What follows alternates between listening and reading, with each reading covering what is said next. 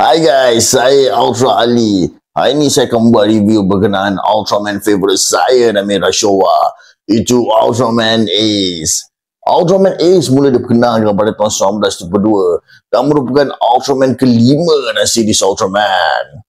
Musuh utama Ultraman Ace itu alien Yapul yang mencipta terrible monster, itu kaiju-kaiju yang ingin menyerang bumi.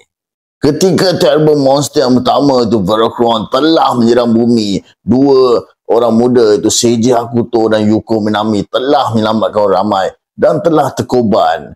Ultraman Ace ingin menyelamatkan mereka dan memberikan Ultra Rings dan kemudiannya apabila digabungkan ia boleh menjadi Ultraman Ace.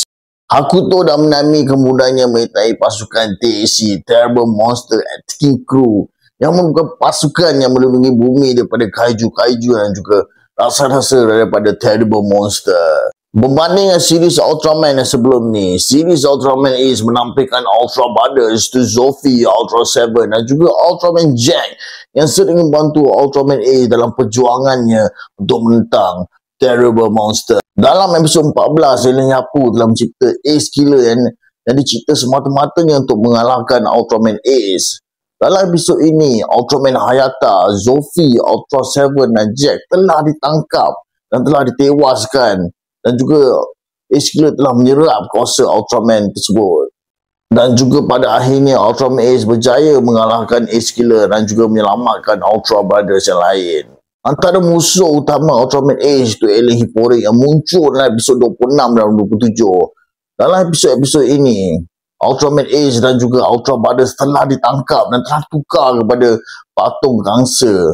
Namun akhirnya Ultra Father, itu Ultraman Ken telah datang membantu dan telah mengumpangkan diri dengan memberikan color timernya kepada Ultraman Ace. Dengan kuasa yang diberikan oleh Ultra Ken kepada Ultraman Ace, Ace kemudiannya telah mengalahkan alien Hipporic dan kemudiannya menyelamatkan Ultra Brothers.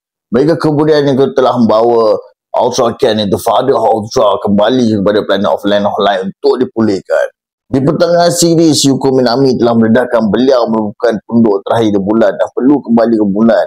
Seiji Hakuto kemudian menjadi host tunggal dalam series ini untuk berubah menjadi Ultraman Ace. Dalam episod terakhir, alien Yapu telah mencipta Jumbo King, itu kaiju yang merupakan gabungan daripada kaiju yang terkuat oleh yang dicipta alien Yapu. Ace telah berjuang mati-matian dan akhirnya mengalahkan Jumbo King seperti series Ultraman yang lain. Selain itu, untuk info tambahan, Ultraman Ace juga dikenali sebagai The Ace of Beam Cutters kerana mempunyai variasi serangan antara yang terbanyak antara semua Ultraman. Selain itu, Ultraman Ace juga muncul dalam series Ultraman Z episod 19, di mana Ultraman Ace telah membantu Ultraman Z untuk mengalahkan Baraba, yang di mana Ultraman Z bergelut untuk mengalahkannya.